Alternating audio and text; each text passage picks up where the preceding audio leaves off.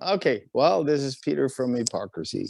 Sitting in Sweden, watching, we're getting slammed with snow and blistered fucking winds. It's insane here. I always like to start with the basics. How are you doing? I'm doing good. I'm just waiting to go on tour. Okay, so you're not on tour yet. No. We start, what, 29th in Brooklyn, I would say. So now we're just practicing, everybody at home and stuff and getting ready and then get back to the studio and practice as a band. We've done that a couple of times, and then you sit at home because the set list is really new for us. We're doing old songs that we never did in our whole life before in the 30 years, and also we're doing old new songs, so to speak, that we maybe did one tour or something like that in 95 or so there's a lot of new shit in the set list because I think we've been a little bit too comfortable in the past and not really changing too much. So this time we just did a real change of everything. Nice. I see. Oh, so where in Sweden are you? Are you at your so I read you own like a village. Yeah, well, I sold off a lot of uh, what's it called, properties and stuff like that. So, I don't own a whole village by myself, but I used to own a big piece of it You can't see. for sure. Oh, well. So you still own part of the village. Yeah, I guess. It's a very, very, very small village. Seven houses or something like that. So it's no big deal. Out in nowhere. Is it haunted though? I read it was haunted. I don't know who said that. Yeah, they say that because it used to be like a mental hospital with working facilities around it, which are remade as apartments now, and also some houses. But I never seen anything. I know band's been seeing weird stuff in the studio and so on by then. Yeah, so far they don't give a shit about I mean, it could make a cooler album for all you know, right? me. Yeah, yeah. No, like I said, I haven't really seen anything. I see. I see. Are you somebody who believes in ghosts? Uh, I don't know.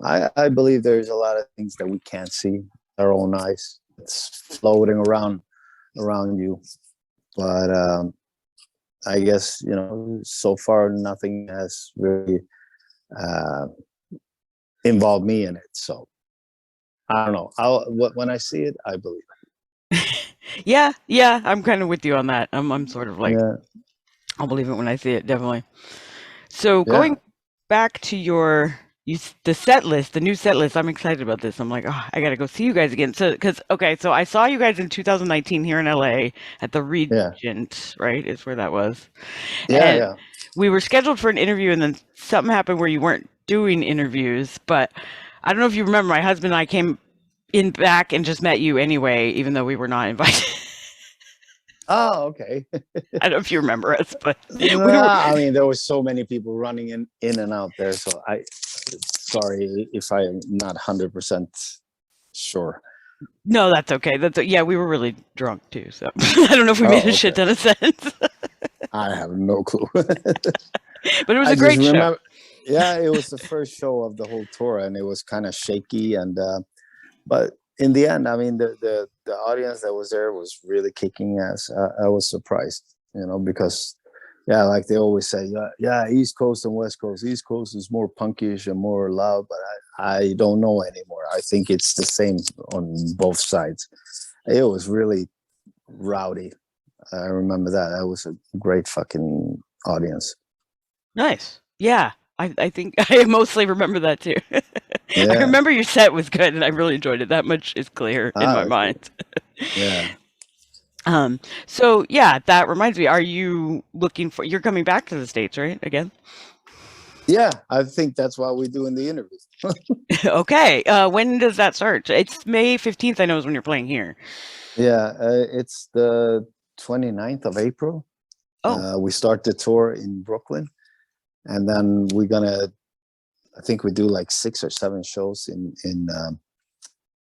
Canada as well. So we're gonna go zigzag while we're up on the north side, I guess, from east to west. And I think it's like 28 shows in total. So there's like 22 shows in America. Nice. So last time Yeah, you were here, there was a big gap, right? Like where you hadn't toured in a while and you hadn't come here. Are yeah. you excited to get back to the States again? Are you excited to get back out and tour in general after the pandemic too? So you guys had a break before that, and then there was a pandemic. Yeah, so I would say both on your question. Yeah, first of all, to get out, and second of all, to get back to America for sure. Nice. Yeah. So I mean, we're really looking forward to it, and hope it's going to be a good show up. So, because you never know. I don't know how many more tours we will do. You never know. So for me, it's important to do it good this time. You know. Right, right. Did the so I read that you had already recorded the new album before the pandemic. Did the pandemic help you kind of get it finished and mixed, or did you just have to sit on it the whole time? Yeah, well, I actually did the opposite. It just kind of, pulled out the air of you. It's like, fuck it, almost done. So, I mean, we wrote the album in between 2018 and 2019. So actually, it was just time to mix it, and then this whole epidemic came, and then it was just like, okay, it doesn't make sense to do anything. So I was just sitting on an album recorded and just waiting to know when it's time to get it out, when it makes sense. And because you also want to do a tour to support it, otherwise it's just pissing in the ocean, kind of, so we were waiting for the longest, I would say. And then I was like, oh, come on, now I can't fucking wait anymore. So I started mixing the album, and then told Nuclear Blast, try to get it out as soon as possible. So so in September last year, we started with Chemical Whore. Right. And I guess people just freaked out. They thought it was some kind of anti-wax song. I've read that. Yeah, I didn't get that out of it at all, but no, it has nothing to do with it. And I remember I wrote the lyrics 2018, and there was no fucking COVID then, so it's just mainly about the pharmaceutical mafia, Right, that's what I got it. I was going to ask you about that because that's such a important. Like, I super agree with you on the lyrics of that song. I really like the lyrics of that because it's just such a sort of evil monopoly on life. Oh yeah, for sure. And putting a price on people's lives, Yeah. So I got you. I got what you were trying to say. Yeah, I just saw some stupid comments, and I was just, whatever. Read the lyrics, idiot. Right.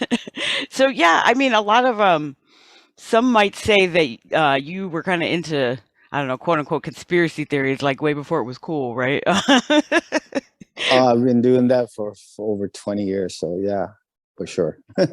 So how do you feel now that like everyone is making up all these different crazy ones that aren't as plausible? Like to me, extraterrestrial life or something is plausible, but the Earth being flat, not so much. You know what I mean? Yeah, there's some weird conspiracy theories here and there. You go like, okay, that was new. You always get surprised to hear things, But I mean, what the hell? Why not?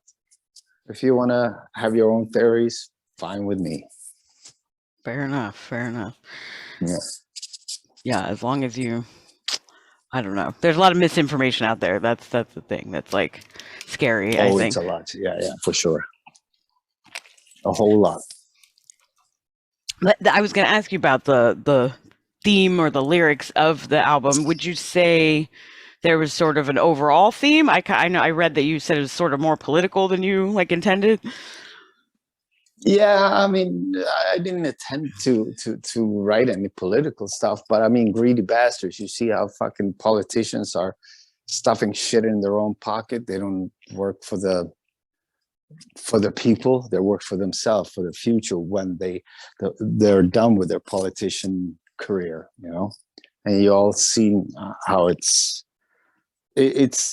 doesn't matter which country it is. It's all these fucking politicians in the world. You know, they start off like going, yeah, I want to help the people, and then yeah, you know what happens. Right. All suddenly, when they stop the politics, they have the best fucking jobs. They have so much fucking money, and yeah, it's just really to cover their own asses, to be honest. I know. That's what always surprised me about somebody getting so zealous about a politician. It's like, none of them care about you, right? Exactly, they care about themselves, and for them, it's just to pocket as much shit as possible. Right. So, but yeah, so anyway, as far as, like I said, like lyrical themes, what would you say was all political, or like was there like a No, central no, theme, or just each song has its no, no, own? no. No, actually, it's not much politics in there. There's a few songs that a little bit about that kind of thing, you know. Mainly, it's, I mean, worship in general. That song is really about our ancestors, whoever planted us on this earth, is coming back, and they're gonna, you know, take it back, so to speak. You know, they had enough. When we start fucking up too much, they're just gonna pull the plug on us. That's exactly what I think. That's yeah. My husband and I share a similar theory. Yeah. Oh, I also meant to say the new album is fucking great. I really like it. Thank I, you. I've read a lot of people agree. It's had like critical and fan acclaim and all that kind of good stuff. Do you worry much about that when you go into writing? Like, what is this, true hypocrisy, or what the fans are going to think and stuff like that? Or you just don't worry about that kind of stuff? When I write, no, I don't think about that. I write for myself, you know, what I would like to hear from Hypocrisy. And afterwards, of course, when you're ready to release it, you start going, oh, did I do it right or did I do it wrong? Let's find out soon. So, I mean, it's, you know, if you're going to start thinking about before you start writing, like, oh, I have to please these people or those people or whatever, you know, then I don't think it's going to end up very well. I think you have to follow your own heart, what you want to hear from this band, you know, and that's what I always done, writing for myself, what I'm inspired by or how I want it to sound. So That makes a lot of sense. Would you say you're more about like quality over quantity? Because you guys had a pretty long break right before this album, but I think it's better to have less but really good albums than just churning out a bunch of stuff, right? yeah, I mean, in the beginning in our career, it was all new, writing riffs and stuff like that. So you just spitting out songs like crazy. And I guess the longer your career goes, the more picky you start getting, and also, I don't know, unmotivated because of different circumstances like industry or music industry itself and things like that. So a lot of things kind of slows down after a while, and I see that with a lot of bands. First, you spit out like one album a year at least for 10 years, and then all suddenly it starts dropping down somehow. And I think it's about being inspired and knowing what the hell you want to do. That makes sense. So as far as this, are you going to give us any hint of this new old songs and new songs on this set list for the tour? Or do we have to wait and find out? You have to wait and find out. Ah, man, okay. Yeah, Well, unfortunately, it's like that. But I can promise that there's a lot of updates in there for sure. nice. Well, I'm definitely looking forward to it. Yeah. I mean, of course, some songs we have to play like Roswell or Fire in the Sky or Eraser and things like that. You know, if we take that away, they kill us.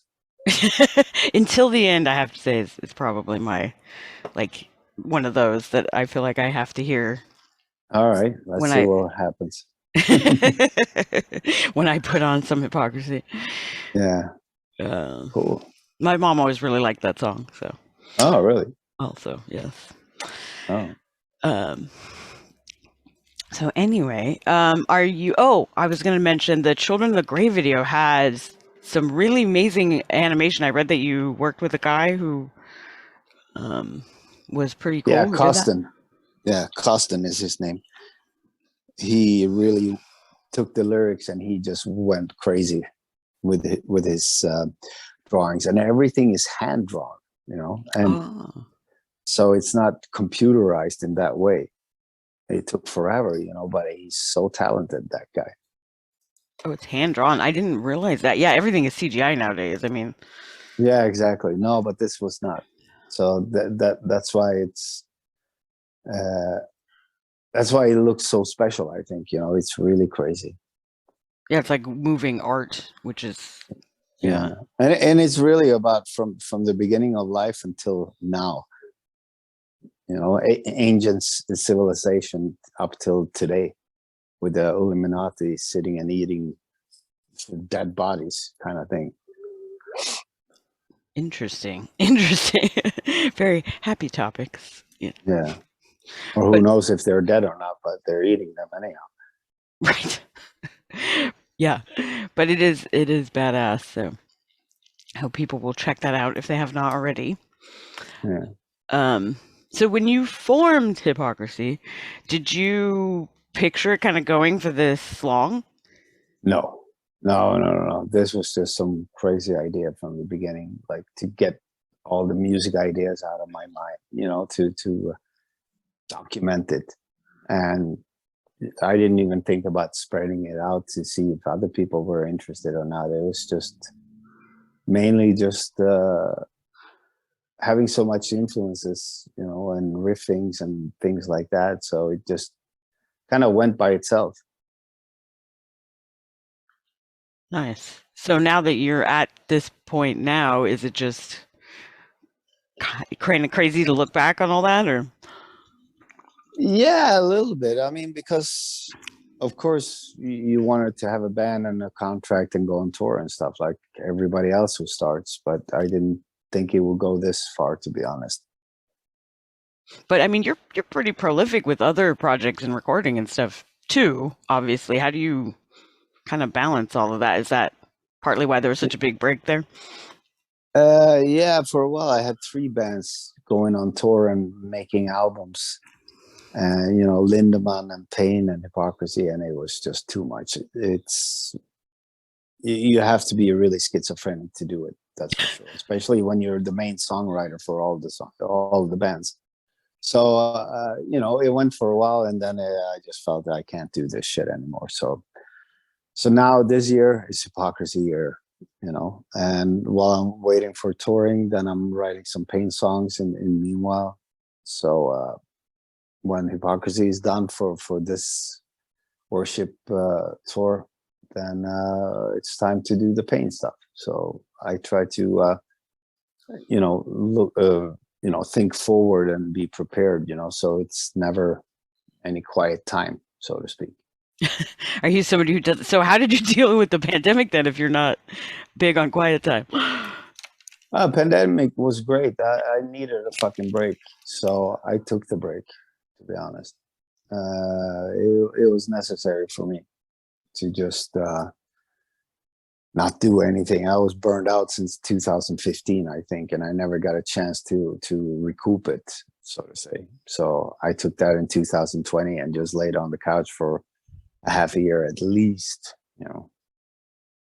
Yeah, it kind of forced everybody, I think, to slow down for a minute and Yeah, like everyone's changing careers and all kinds of crazy shit now. yeah, I know. I see a lot of it's really hard to get crew nowadays because most of the crew people, they went back to normal work and now they're so comfortable with that. So it's really hard to get them back on tour, unfortunately. Oh, that's interesting. I didn't know that. Yeah, it is pretty crazy hours. I would imagine you have to be away from your family and stuff. Yeah, Yeah, it's exactly. hard to find people everywhere. I can tell you that. I work at a couple places. Yeah. But so going back to all your different projects and stuff. So going back to what you said, it's kind of schizophrenic. So do you have to kind of be in a different headspace to write for like each different project? Yeah, for sure. I Oh, mean, otherwise it would sound the same, I think. And I don't want to do that. And I didn't want to change Hypocrisy. That's why I needed to do this Pain thing, because otherwise Hypocrisy would have sounded like industrial metal, now, and that would have not been good. That's commendable. That's commendable. My husband and I talk about that a lot. How a band will change their sound very drastically, and he's like, "Why didn't they just change their name? Why did they just call it something else?" Yeah, I've seen that with a lot of bands, especially in the mid 90s from death metal. Some bands started going more bluesy. Some other bands became a little bit more industrial. I guess it's just the evolution of your mind of writing music, and unfortunately, your first two albums was pure death metal, and you didn't really think about where you came from. I guess you just wanted to develop and didn't really think about it. So for me, that was very important to keep Hypocrisy the way it was always. And then if I needed to I had these needs of writing different kind of music, I had to invent a new band, and that was Pain. Well, that's really cool. That's commendable. I'm just on a personal note. Thank you Yeah. for doing that and calling it something else and not confusing your fans. Yeah, because I know as a fan experience, it pisses me off when bands change too much. Right. Because you want it how it always been, kind of, but with new songs, Right. Yeah, not like super rehash, but at least in the same genre area code, that it was before. Yeah, exactly. Yeah. So that was very important to keep it where you come from. Good. Yeah, that makes a lot of sense. So as far as being prolific, like I already said, you also record other bands. Is there anyone, are you kind of on pause with that right now? Is there any projects coming up you can hint about, or? Oh, to be honest, I haven't really produced any bands for a long time. I mean, the last band I produced, I actually went to LA and did Possessed last album when was that, 2018 or something? Oh, did like you really? that. Yeah, I know some of those guys. Oh, that's cool. I didn't realize that. Or maybe Yeah, I did, so and then 2 years passed and I forgot.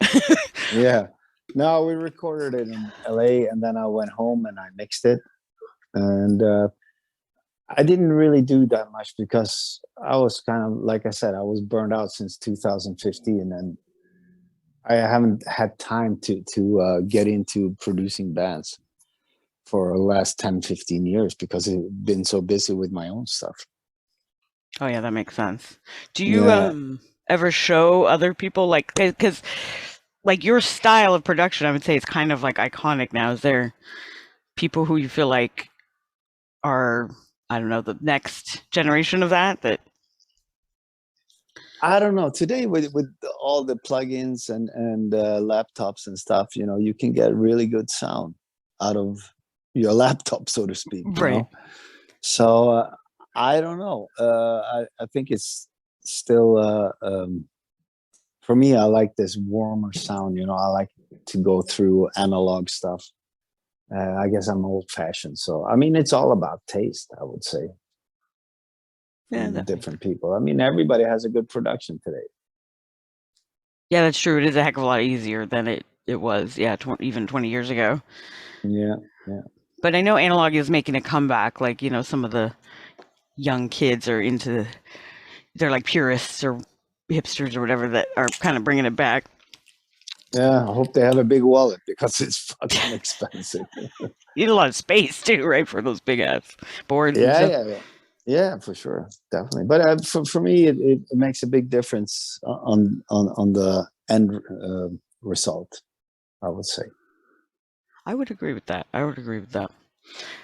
So as far as your work with Lindemann, is Lindemann done? I know Rammstein's going on tour soon. Yeah, I think Till he did a couple of solo shows himself with the Lindemann songs, but yeah, of course now Rammstein released new songs and stuff, so they're gonna do this huge stadium tour. So I think they will be busy for a while. I don't know. I haven't talked to him for a long time, so I have no clue. Ah, I see. So are you guys still like friends, or? I don't know. Okay.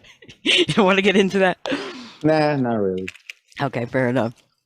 Yeah. Well, so is there anything else that we should know about, like, that's coming out? Another video or just the tour or? Oh, now it's getting into people's home or into their mind, going out doing live shit, and yeah, just go all over the fucking world. That's the plan right now. Nice. Nice. Well, like I said, I'm definitely looking forward to it, and I'm sure you guys are looking forward to getting back out there and Oh yeah, for sure. interacting with humans again. Exactly. It's scary. It is a To little, see right? people again. Right. I know I saw Mayhem not that long ago, and it was my first show, like back, quote unquote. And I was like, Yeah, humans. exactly. Yeah, so no, looking forward, really. Nice. Well, I'm definitely looking forward to it. I'm sure many of your American fans are. All right. Well, like I said, is there anything you want to add or last thoughts or final thoughts? Oh, that's it. Go and check out the tour dates and show up. Be there or be square. Right on, right on. Well, thank you for talking to me and Yeah, thank you. sharing your And time. hope to see you there. Yes, definitely, definitely. I'll try to be slightly more sober. Yeah, that sounds good. All right. All right, we'll talk soon then. Yes. Have a good one. You too. Okay, bye-bye. Bye. Bye.